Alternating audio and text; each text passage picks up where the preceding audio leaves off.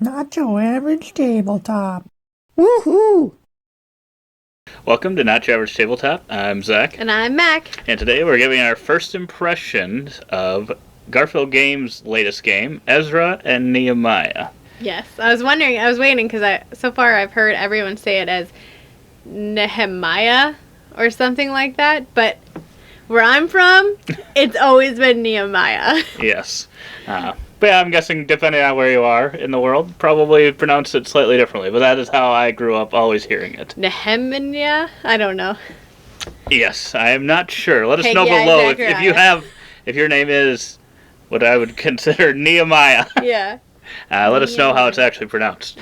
But yes, this was one that was sold as kind of all the goods from Greatest hits of all time. hits from Garphill Games, and I personally have enjoyed all of them.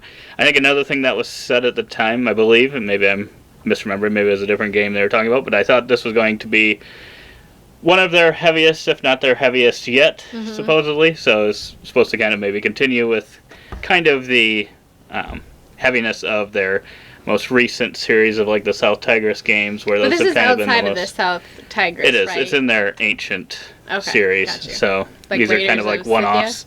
Scythia? Yeah. I don't think they're actually like a trilogy with them. I think it's Gotcha. just kind of a world that they're using. Like Hadrian's Wall is in that one too, I think. Oh, yeah. So, Yeah, I think they're all that's true. different time periods though, so I don't know if they're necessarily all the same time period. Yeah, exactly. You probably know all the time periods. They're not the same time period.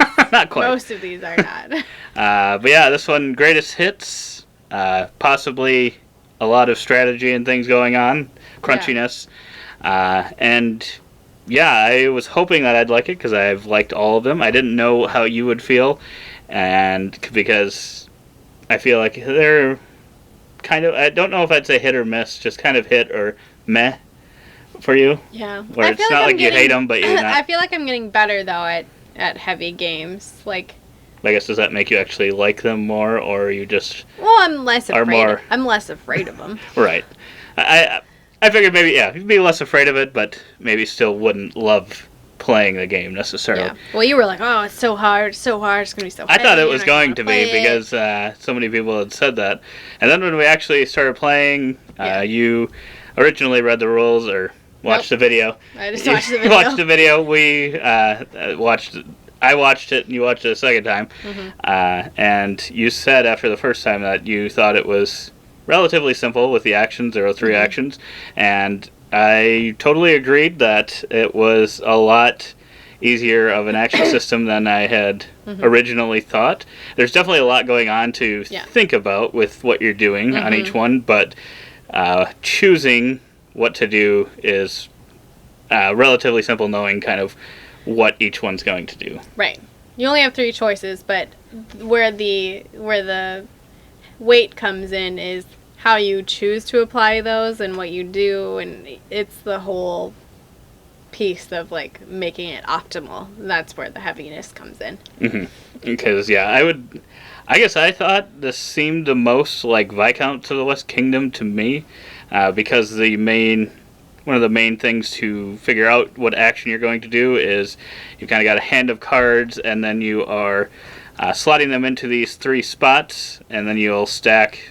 In total, you'll play 6 each round, and then you'll have the Sabbath, which is the rest day, so it's kind of the end of the round, and you'll do it again 3 total times.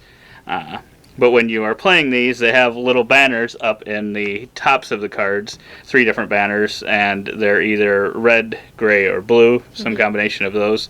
And depending on how many of each color you have, that's how powerful each of those individual actions are. Yeah. So the red one's kind of, you're building what is like the temple, or you're adding to the altar. Yep. The gray one, you're either picking up or building these walls and gates. Of Jericho, I think. And then Or Babylon? the blue ones, you are getting special bonus powers, or you're going around Going to in the tent. tent. You're You're tenting. tenting around the city. You're tenting around.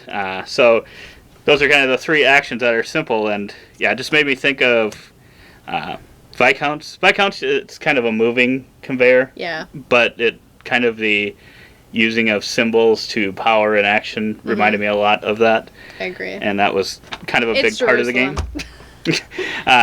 But then, yeah, some of the other things made me think, I mean, like clearing those off, I don't know, made me think a little bit of Raiders for some reason, and paying the contracts to actually put the walls out and stuff. That made me think of Raiders of the North Sea or Raiders of Scythia. So I can kind of maybe see kind of a little bit of a few different games in here that they've had in the past. But I think overall it feels like it stands out enough to own it. I don't think if you have like all the Garphill games, you're like, I don't really need that because it's got nothing new to offer. We call it the greatest hits, but it really is not like exactly a replica or a copycat of anything specifically in any of their games that I can think of. There's like similar elements maybe, but I mean, you think about Architects and I can't even begin to think of like how it would compare with Architects, like maybe just set collection, but not even. So maybe building the walls could also be kind of that, maybe, but that's more kind of contract fulfillment. I don't know. But yeah, you're getting bonuses on the walls as you build them, which is kind of like Paladins, I think, when you're building, I think, is it walls in that one as well or something? It is. And then, but I guess, is there new stuff in this one that they haven't really done before? I don't really know. They have this, so there's like these gates that you're building along with the walls, and then on the top of those gates, if you build a wall next to it, the person that built the gate and the wall get kind of this bonus resource that's on the gate. That's, I don't know if they've had quite that. It's kind of cool, but in a two-player game, it wasn't quite as interesting as maybe it would be in a game with more players, where you'd have a little more diversity, because you know what you're giving your opponent. It also helps you get and plan for something. That's true. So that's true. And I'm trying to think. You paid so there's this little track, or I think probably the biggest thing is the player powers, which we did not actually do a lot of, and I think looking at them now, it's very expensive. It is expensive, but I think they would all be very powerful and very useful. I think if you focused on getting several of those, that could be really good. Because I mean, I felt like there's this altar track that you're doing, and if you finish in kind of, it's got these two little markers each round, and they're kind of moving up each time. And depending on where you end up between those markers or on the side of the markers, you either kind of have a negative benefit or a positive or a really, really positive benefit. So you're kind of feels like you have to go up that track. I mean, we've only played it one time. I don't know if necessarily you could just ignore that completely. I mean, it has benefits as you go up it too. That's so true. It's kind of a double reward feel. And you definitely don't want to be behind it after a certain point because it will cost you. So right. But then the thing along with that is building this temple, and in the two-player game it didn't really feel that fun to do that. No. In comparison to building the walls, it felt like, okay, I'm going to get some benefit from doing that. I'm going to get some points. If I'm clearing the things, I'm getting these symbols, these trackers that they're marking. I think that felt way funner to me than building this ever, and then the altar just kind of almost felt like there's already a feed your people element in it, but it felt like another feed your people where, oh boy, I've got to at least try to get on this track, probably. I think that's just it. Is you have to spend turns getting resources, and then to turn around and spend them at the temple instead of building wall pieces just didn't seem worth it in comparison, because you get what was on your wall piece, you could potentially get the gate bonus, and then obviously there's victory points on those. So I feel like the wall pieces are just strategically smarter, because unless we had went for it, filling up a section to get the reward wasn't probably going to happen, and I don't know if the rewards are really that valuable in comparison. So with two people, I just don't there's so much to do. You're trying you only got 3 different options, but I feel like there's, like I said, it's the optimization, and there's so much to do that you just really have to weigh every turn and make it count, I think, to make this game really strategic and probably play with the big boys. I'll be interested to see if we do play it at higher player counts, how any of that kind of changes. But it's just kind of interesting that one. But then the blue one, I wasn't really doing that much either, because You get the tent thing it's a felt like a cool bonus. That's like Yeah. if you've ever played Wormspan, they have that, what's it called, the dragon track thing that you're going around and you're getting bonuses as you're going around it. They have a similar thing in this one, which I think that's it's just a really fun, cool thing of just quick hits of dopamine of getting those bonuses. And right, and it's kind of like if you go you could go heavy in one strategy, I think, like gray, red, or blue, but I feel like you never waste a turn, even if you can't optimize like the banner actions. So like if you only have 2 gray, but you've got 3 blue, you could hold on the 2 gray if you needed to. You could take a stronger blue action, but then set yourself up for a stronger gray action. So I felt like the blue was good, even if it is just going around that little track. So.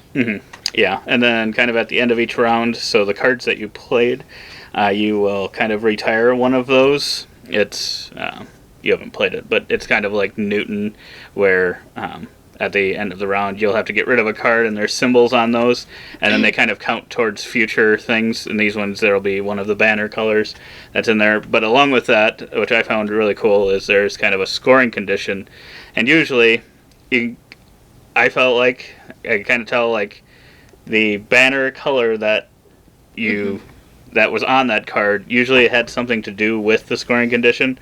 Like that was usually a way to get better ones of those. Yeah. So like usually if you're giving up, I think there's probably a triple of each color. If you're giving up that one likely has to do with something with that action. Right. So it's kind of that cool kind of push or pull of, do I put that out right away? Because each round, so the first round you'll do 1, then the second round you'll do 2, the last round you'll do an additional 1, and it'll score each round. So if you were able to go heavy in maybe one of those things early and get that card out there, you'll score it 3 times, which I found pretty cool as well. Yeah. Managing those. So yeah, I think overall this one for me is probably going to start at like an 8.25, 8.5. I liked it quite a bit, and I look forward to trying it some more. It definitely was not as heavy or scary as I thought it was going to be. If you've played a lot of Garphill games, I don't think this one is going to feel like, oh my gosh, this is way too much. They've gone across the line. I think Scholars and Wayfarers is heavier. Yeah, I think so too. I would agree. So I agree. I think I would put it at an 8 for right now. I really enjoyed it. I don't know if it was because you hyped it up as being so hard and then it wasn't, so then I felt Gotta do that more often, I guess. Yeah, until it is hard, and then I'll just be in tears at the table. But I thought it was good. I really enjoyed kind of like the puzzle of it. I think I really like it because it is 3 simple actions. Like, it's not like some of these more abstract things. It's like, no, you play a blue, you play a gray, you play a red. That's your only options, and what you do, is dictated therein. So I really liked that piece of it. So I think it's a really strong game, and it has enough there that it's not going to be like you'll master it. I think it'll take plays, and the variability that can come in with between tiles and development tiles and the wall placements and all of that can really be a good impact. So yeah, I wouldn't be surprised if, I feel like this one might be probably their biggest hit since Paladins, like in the long run. Like that one I think had a slow burn, and I feel like this one could have that similar path. Interesting. Because I think, I could be remembering wrong, I think Architects actually has fallen. I think it's actually now either right on the edge of falling out of the top 100. Oh, no. But I think Paladins has actually like slowly like gone up into, I feel like the 80s or 90s or 80s or 70s. That is so wild because that's like the least clean game in my opinion of theirs. I really like that one. We don't play that one that often, but it kind of makes me think, even though I didn't say like many of the mechanisms reminded me of Paladins, it kind of feels like that sort of thing where you gotta kind of go towards 1 or 2 things at a time too. So, okay. Well, like if you're going towards the certain ones, you need to have a certain amount of like power in one thing to get that next urn off or the next garrison or whatever. Sure. I don't know. It kind of felt a little bit like that too. Maybe not quite, but I don't know. We'll see. We'll see where it is in I don't even know. It's probably been 5 years since Paladin Games. It's probably been that long. Or longer. Yeah, that's true. I think we had it before we moved. I mean, well, they've had this, and they've had 2 South Tigers and a 3rd West Kingdom. So, Scythia. yeah. Hadrian's Wall. Well, I don't know. So I'm sure they had 2 releases a year. Oh, okay. But yeah, so I recommend this one definitely if you are a big fan of Garphill Games. I think you'll like this one as well. Yep. But otherwise, we've got an unboxing video. You can check that out. We got the coins, so you can see those in the unboxing video. Kind of wish we had better bread though. That's true. Might have to look into some bread tokens. If we play it a few more times, and you're really still liking it, then might need to look for an upgrade for those ones, maybe. He just likes any excuse he can to to spend some more. I was just gonna say get the upgrades. Oh, okay. That too, I guess. But otherwise, we hope to see you on our next videos, and as always, don't forget to keep on nibbling on our content and that bread.